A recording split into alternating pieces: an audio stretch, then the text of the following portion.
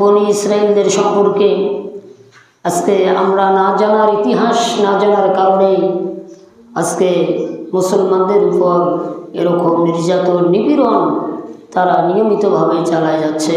তো আমরা মুসলমান হিসেবে আমার দায়িত্ব কি? আমি একজন মুসলমান ঘরের সন্তান, মুসলমান ঘরের পরিবার। তা আমি যে মুসলমান হয়ে আমার দায়িত্ব কি, এতটুকু আমাদেরকে জানা দরকার আছে না নাই? আছে। আজকে আমাদের প্রতিবাদ হবে একটাই, ইসরায়েল নিপাত যাক। ইসরায়েল কি যাবে? নিপাত যাবে, ইসরায়েল ধ্বংস হয়ে যাবে, ফিলিস্তিন জিন্দাবাদ, মুসলমান বিজয়ী হবে। এই স্লোগান আমাদের প্রতিবাদ আমাদেরকে করতে হবে। যদি আমি এই প্রতিবাদ না করি, মুসলমান হয়ে মুসলমানের জন্য যদি প্রতিবাদের কণ্ঠ জোয়ার যদি আমি ভেসে না দেই, তাহলে বুঝতে হবে আমি মুসলমান হয়েও মুসলমানের শত্রুর সাথে বসবাস করি। এই জন্য ইহুদি যারা আছে, খ্রিস্টান যারা আছে, যারা মুসলমানদের উপর এরকমভাবে নির্যাতন নিপীড়ন চালাচ্ছে, তাদের ভিতরে তাদের ব্যাপারে আমাদেরকে একবারে সোচ্চার হতে হবে, যাতে কোনো ইহুদি খ্রিস্টান মুসলমানদের উপর কখনো নির্যাতন করতে না পারে। আজকে সর্বপ্রথম আল্লাহ রাব্বুল আলামিন সর্বপ্রথম মসজিদ তৈরি করলেন কোনটি? বলুন তো তুমি, সর্বপ্রথম মসজিদ আল্লাহ তাআলা বানাইলেন কোনটি? ইন্না আউয়ালা বাইতিন উযিআ লিন-নাস লাল্লাযী বিবাক্কাতা মুবারাকা। সর্বপ্রথম আল্লাহ পাক মসজিদ বানিয়েছিলেন কাবাঘর। কি ঘর? কাবাঘর। রাসূল করিম সাল্লাল্লাহু আলাইহি ওয়াসাল্লামকে জিজ্ঞাসা করা হয়েছিল, ইয়া রাসূলুল্লাহ, কাবাঘরের পরে আর কোন মসজিদ বানানো হয়েছিল? রাসূল করিম সাল্লাল্লাহু আলাইহি ওয়াসাল্লাম বলেছিলেন বাইতুল মুকাদ্দাস। আজকে ফিলিস্তিনদের মধ্যে যেটা নিয়ে তাদের সংঘর্ষ, যেটা নিয়ে তারা দখল করতে চায়, যে মসজিদকে আল্লাহ তাআলা কাবাঘরকে হেফাজত করলেন, সেই আল্লাহ কি বাইতুল মুকাদ্দাসকে হেফাজত করতে পারবে না? অবশ্যই পারবে। এই জন্য ফিলিস্তিনদের ব্যাপারে সমস্ত মুসলমান এক হয়ে গেছে, যাতে করে ইহুদিদের চক্রান্ত, ইহুদিদের যে সমস্ত কার্যকলাপগুলো আছে, এই কার্যকলাপ যেন আল্লাহ তাআলার রহমতে এবং আল্লাহ তাআলার সাহায্যে আল্লাহ তাআলা ধ্বংস করে দেয়। আমরা সকলে বলি আমিন। আজকে ওরা ইসরায়েলরা মনে করতেছে ফিলিস্তিনকে তাদের মানচিত্র থেকে বাতিল করে দিবে। মুসলমান এটা মনে রাখতে হবে, মুসলমান কখনো ইহুদি খ্রিস্টানদের কাছে মাথা নত করবে না। ফিলিস্তিন এরকম কথা বলেছে, যদি ফিলিস্তিনের ভিতরে একজন যুবক থাকে, যদি লা ইলাহা ইল্লাল্লাহ বলার একজন যুবক থাকে, তারা এরকম ঘোষণা দিয়েছে ফিলিস্তিনের মধ্যে যদি একজন মুসলমান থাকে, তবুও ফিলিস্তিন তারা কখনো ছেড়ে দেবে না। বলি সুবহানাল্লাহ। এবং তারা এই কথা বলেছে, একজন সন্তান এরকম ভাবে বলেছে, আমরা নামাজ পড়ি 5 ওয়াক্ত, তারা নামাজ পড়ে 6 ওয়াক্ত। কয় ওয়াক্ত? 6 ওয়াক্ত। আমরা 5 ওয়াক্ত নামাজ পড়ি, ফজর, জোহর, আসর, মাগরিব, ইশা। কয় ওয়াক্ত? 5 ওয়াক্ত। তারা এরকম ঘোষণা দিয়েছেন সমস্ত মুসলমান নামাজ পড়ে 5 ওয়াক্ত, আমরা প্রতিদিনে নামাজ পড়ি 6 ওয়াক্ত, আর 1 ওয়াক্ত হচ্ছে প্রতিদিন আমরা জানাজা পড়ি। তাহলে জরিপ করে দেখা যায় 50,000-এরও বেশি মুসলমানকে তারা ধ্বংস করেছে। এর মধ্যে বেশিরভাগ শিশু ছিল। এই শিশুগুলিকে তারা ধ্বংস করে দিয়েছে। আর তারা মনে করেছিল ঔরজাত যারা আছে, উত্তরসূরি যারা আছে, তাদেরকে যদি আমরা ধ্বংস করতে পারি, তাহলে তারা কখনো মাথা ছাড়া দিতে পারবে না। তো আল্লাহ তাআলা বলেন, আমি কাবা শরীফকে যেরকমভাবে হেফাজত করেছি, আবাবিল পাখি দিয়ে আমি কাবা ঘরকে হেফাজত করেছি, তোমরা ইহুদি খ্রিস্টান যতই চক্রান্ত করো, যতই তোমরা পায়তারা করো না কেন, আমার আল্লাহর সাহায্য যখন তাদের উপরে আসবে, নাসরুম মিনাল্লাহি ওয়া ফাতহুন করিব, তখন দেখবে তোমরাই ধূলিসাৎ হয়ে যাবে। আমরা সকলে বলি আমিন। আজকে ফিলিস্তিনদের ভিতরে যে সমস্ত মুসলমানদেরকে কবর রচিত করা হয়েছে, 50,000-এরও বেশি। কয় হাজারেরও বেশি? 50,000-এরও বেশি লোককে তারা মেরেছে।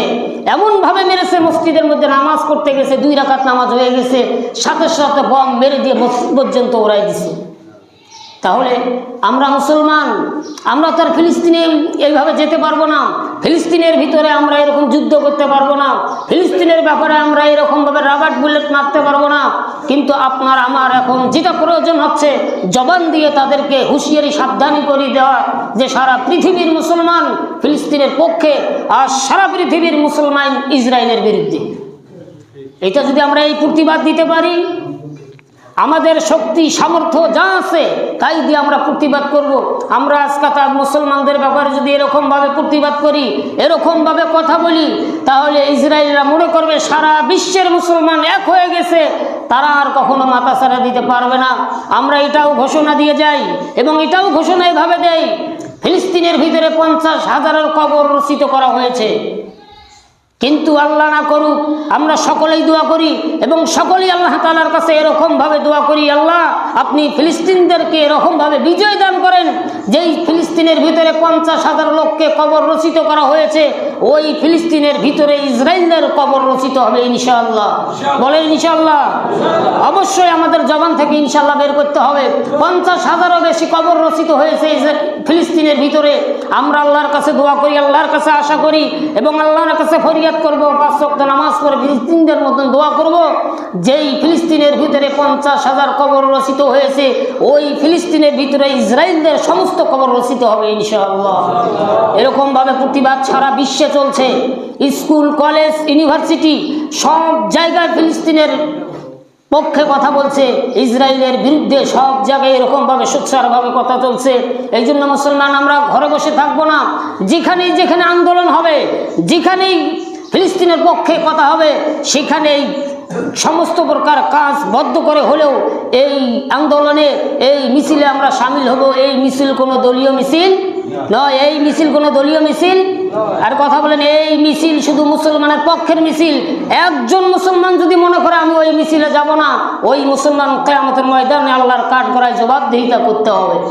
আল্লাহ তাআলা বলতেছেন, ওয়ানফিকু ফি সাবিলিল্লাহি ওয়ালা তুলকু বিআইদিকুম ইলাত তাহলুকা। তোমরা আল্লাহর রাস্তায় খরচ করা বদ্ধ করে দিয়েছো, আল্লাহর রাস্তায় জিহাদ করা বদ্ধ করে দিয়েছো। আল্লাহর রাস্তায় জিহাদ তুমি যদি বদ্ধ করে দাও, তাহলে তুমি মনে করবা তুমি নিজেই ধ্বংসের পথে চলে গেছো। এই জন্য আমাদের জিহাদ হবে এটাই, জবান দিয়ে জিহাদ। অনেক সময় ফিলিস্তিনদের জন্য কালেকশন করা হয়, তাদের সহায়তার জন্য হাত বাড়ানো হয়, তাদের একটু ভালো খাবারের জন্য মুসলমানদের কাছে সহযোগিতা চাওয়া হয়। এটা কেউ খারাপ চোখে দেখবেন না, যে মনে করবেন হুজুরেরা মনে হয় এগুলো তুলে খাবে, হয়তো জায়গা মতো পৌঁছাবে না। আপনি আপনার নিয়ত থেকে ফিলিস্তিনের পক্ষে আপনি 1 টাকা হলেও যেখানে কালেকশন হয় আপনারা সেখানে দিয়ে শরিক হবেন, আর আল্লাহর কাছে দোয়া করবেন, আল্লাহ আমি তো আর ফিলিস্তিন যেতে পারলাম না, কিন্তু ফিলিস্তিনের পক্ষে আমার যা আর্থিক আছে, আমার যা স্বাবলম্বী আছে, আমি তাই দিয়ে ফিলিস্তিনের পক্ষে কথা বললাম এবং ফিলিস্তিনের পক্ষে আমি দান সৎকা করলাম। আল্লাহ তাআলা আমাদেরকে ফিলিস্তিনের পক্ষে যেন সর্বসময় কথা বলার আল্লাহ রাব্বুল আলামিন তৌফিক দান করেন, আমরা সকলে বলি আমিন। আরেকটি বড় কথা হলো, আমরা তো মুসলমান, আমরা কি মুসলমান? আমরা মুসলমান। আজকে ফিলিস্তিনের একটা কই চিত্র দেখলে আমি আপনি যদি মুসলমান হই, শরীরের লোম তো দূরের কথা, চোখ দিয়ে কান্নায় ভেঙে পড়বে। সামান্য খাবারের জন্য লাইন ধরে আছে, সামান্য পানির জন্য লাইন ধরে আছে, এমনও দেখা যায় খাবার নিতে গিয়ে ওখানেই মৃত্যুবরণ করতেছে। আমরা মুসলমান, আমরা মুসলমান হয়ে আমরা ফিলিস্তিনের পক্ষে জনসমর্থন বাড়াই দেব।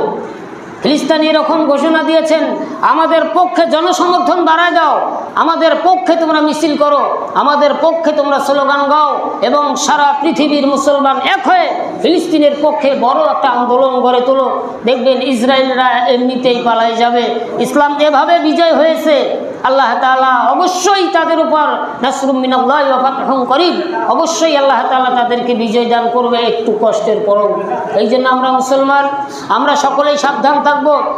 আমি আমার ইমানি দায়িত্ব থেকে ইসরায়েলি যে সমস্ত পণ্য আছে, এই পণ্যগুলো আমরা না কেনার চেষ্টা করব এবং আমরা হিম্মত করি ইসরায়েলের যত প্রকার পণ্য আছে এই পণ্যগুলোকে আমরা আর খরিদ করব না। বাংলাদেশে অনেক পণ্য বের হয়েছে, বাংলাদেশের পণ্য কিনবো, বাংলাদেশ দিয়ে চলার চেষ্টা করব, কিন্তু ইহুদিদের যে সমস্ত পণ্যগুলো আছে এই পণ্যগুলোর থেকে আমরা দূরে থাকবো ইনশাল্লাহ। কি নিয়ত করা যায় না ইনশাল্লাহ? আপনারা নিয়ত করবেন ইসরায়েলের কোনো পণ্য কিনবেন, এটা আপনার আমার ইমানি দায়িত্ব। আমাদের ইসরায়েলি পণ্য কিনে আমরা তাদের কাছে টাকা পাঠাই দেব, আর ইসরায়েল খালি চাবে আমার জিনিস খরিদ করে ওরা লাভবান হচ্ছে, আমি সেই টাকা দিয়ে আবার মুসলমানদের উপর আক্রমণ করব। আচ্ছা বলেন তো, ইসরায়েল মুসলমানের শত্রু না বন্ধু? শত্রুর সাথে কোনো ধরনের মুআমালাত মুআশারাত এ ধরনের করা যায়? এরা মুসলমানের চিরন্ত দুশমন, চিরন্ত শত্রু। এরা মুসলমান থেকে লাভ করবে, আবার মুসলমানের উপর তারা আক্রমণ করে।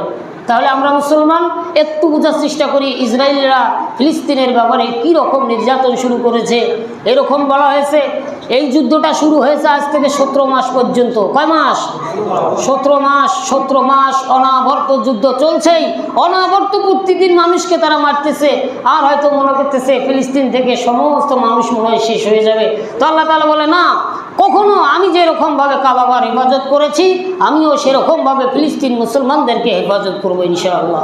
আল্লাহ করবেই, আমরা নৈরাশ হব না।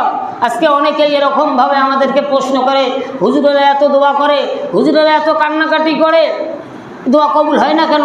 তো আল্লাহ তাআলা বলতেছে তোমরা দোয়া করতেই থাকো, আর তোমরা সবরে জামিল এখতিয়ার করো, অবশ্যই মুসলমানদের বিজয়ী হবে ইনশাআল্লাহ। এই জন্য আমরা সকলেই আল্লাহ তাআলার কাছে দোয়া করি, এ আল্লাহ তাআলা ফিলিস্তিনদের উপর আপনি সর্ব অবস্থায় রহমত নাজিল করেন, তাদের ইমানি শক্তি বাড়ায় দেন, তাদের হিম্মত শক্তি বাড়ায় দেন, তাদের যে সমস্ত অক্সিজেনের প্রয়োজন আল্লাহ আপনি ব্যবস্থা করে দেন, স্যালাইনের প্রয়োজন ব্যবস্থা করে দেন, খাবারের প্রয়োজন খাবার ব্যবস্থা করে দেন। আর একটা কথা হলো, ডোনাল্ড ট্রাম্প যেটা আছে, এ যখন ক্ষমতায় আসার পর ইসরায়েলরা আরও বেশি হয়ে গেছে। ইসরায়েলরা কি হয়ে গেছে? বেশি হয়ে গেছে। এই ডোনাল্ড ট্রাম্প বলেছেন যে শান্তিরক্ষা বাহিনী যদি আমার হাতে দেওয়া হয় তাহলে ফিলিস্তিনকে আমি এরকম করব, ফিলিস্তিন থেকে বের করে দিয়ে বিভিন্ন জায়গায় আমি তাদেরকে সয়লাভ করে দেব। এটা কি সম্ভব? এটা কি সম্ভব? ফিলিস্তিন কখনো ট্রাম্পের হাতে এরকম তো শান্তি বাহিনী তুলে দেবে না। ফিলিস্তিনদের মধ্যে যে সমস্ত যোদ্ধা আছে, যে সমস্ত বাহিনী আছে, যদি সুযোগ পায় ইসরায়েলদের এরকম হাজারো হাজারো কবর রচিত হবে ইনশাআল্লাহ। ডোনাল্ড ট্রাম্প আপনি মনে করেন না শান্তি বাহিনী আপনার হাতে তুলে দিবে? তুলে দিলেই ফিলিস্তিন শেষ। তুলে দিলেই কি হবে? ফিলিস্তিন শেষ। আমার বাড়ি আমার এলাকায়, আমার বাড়ির থেকে বের করে যদি আমাকে ঢাকা শহরে পাঠা হয়, আমার বাড়ি এই এলাকায় আমাকে যদি ফরিদপুর পাঠানো হয়, আমার বাড়ি এই এলাকায় আমাকে যদি চট্টগ্রাম পাঠানো হয়, তাহলে কি এই এলাকার মানুষ থাকবে? থাকবে না। ডোনাল্ড ট্রাম্প এটাই বুদ্ধি করছে, শান্তি রক্ষা বাহিনী তাদের হাতে দেওয়া হোক। সে বিভিন্ন জায়গায় পাঠা দিয়ে ফিলিস্তিন ইসরায়েলের হাতে দখল করে দিবে। তো মুসলমান এটা কখনো ভুলেও করবে না। সেই জন্য আমরা আমাদের প্রতিবাদ থেকে এরকমভাবে স্লোগান জানাই। আমরা প্রতিবাদ জানাবো, এরকমভাবে স্লোগান দেব। আমরা বলবো ইসরায়েল নিপাত যাক। ইসরায়েল কি যাবে? সকলেই প্রতিবাদটা করতে হবে, না তো আল্লাহর কাঠগড়ায় আপনাকে আমাকে খাড়া হতে হবে। প্রতিবাদটা এরকমভাবে করতে পারবো না। সারা বাংলাদেশ, সারা মসজিদ, মাদ্রাসা, কলেজ, ঘাট, ইউনিভার্সিটি সব জায়গায় মুসলমানদের পক্ষে কথা হচ্ছে, এবং আমরা আজকে মসজিদ থেকে এরকমভাবে একটা স্লোগান দেব যে আমরাও ফিলিস্তিনের পক্ষে আছি বলি ইনশাআল্লাহ। আমি বলবো ইসরায়েল নিপাত যাক, আপনারা বলবেন ফিলিস্তিন জিন্দাবাদ। একসাথে বলবেন, আল্লাহ এটা ক্যামেরা করে নিবে। কাল কিয়ামতের ময়দানে যদি এরকমভাবে কাঠগড়ায় খাড়ানো হয়, এ মুসলমান তুমি ফিলিস্তিনের পক্ষে এরকম তোমার জবান দিয়ে তখন কি তুমি স্লোগান দিয়েছো? আমরা আল্লাহ তাআলার কাছে বলবো, আল্লাহ আমরা ফিলিস্তিন যেতে পারি নাই, কিন্তু ফিলিস্তিনের পক্ষে একটা স্লোগান আমার জবান দিয়ে হয়েছে। তো আল্লাহ তাআলা অবশ্যই আমাদেরকে এই স্লোগানের দ্বারা আল্লাহ তাআলা মাফ করতে পারেন। আমি বলবো ইসরায়েল নিপাত যাক, আপনারা বলেন ফিলিস্তিন। হ্যাঁ, ইসরায়েল নিপাত যাক, ইসরায়েল নিপাত যাক। ইসরায়েল সমস্ত পণ্য আমরা নিয়ত করি ইনশাআল্লাহ আর কিনবো। আমরা ওয়াদা করলাম, আমরা চেষ্টা করি, হিম্মত করি, অবশ্যই ইসরায়েলি পণ্য ছাড়া আমরা চলতে পারবো। ইসরায়েলি পণ্য ছাড়া আমরা চলতে পারবো। এই জন্য আমরা করজোর অনুরোধ করব, 5 ওয়াক্ত নামাজ পড়ব। ইসরায়েল যে সমস্ত শিশুরা মারা গিয়েছে হারে, মায়ের পেট থেকে বের হওয়ার পরেই এমনভাবে তাদেরকে লাথি দিয়ে মেরে দেওয়া হচ্ছে, সে বাচ্চা আর এই পৃথিবীর মুখ দেখে নাই। এমন বাচ্চা আছে গলা টিপা ধরা হয়েছে, রক্ত মুখ দিয়ে ফিনকি দিয়ে বের হচ্ছে, ওই অবস্থায় তারা জীবন ছেড়ে দিচ্ছে। আমি মুসলমান কত সুখে আছি, আমি মুসলমান কত শান্তিতে আছি। আমার মতন আর এক মুসলমান আজকে দুর্দিন অবস্থায় তারা জীবন যাপন করতেছে। এই জন্য আমরা আল্লাহ তাআলার কাছে দোয়া করি, আল্লাহ তাআলা অতি শীঘ্রই আপনি ফিলিস্তিন মুসলমানদেরকে বিজয় দান করেন, আল্লাহ তাদের উপরে আপনি রহমত নাজিল করেন, আল্লাহ তাদের সর্বপ্রকার সমস্যাগুলো আল্লাহ আপনি সমাধান করে দেন। আমরা এই দোয়া সর্ব অবস্থায় করব। আল্লাহ তাআলা যেন আমাদেরকে ইমানি শক্তি নিয়ে, ইমানি জজবা নিয়ে, জিহাদের তামান্না নিয়ে আল্লাহ তাআলা আমাদের বাকি জিন্দেগি চলা তৌফিক দান করেন।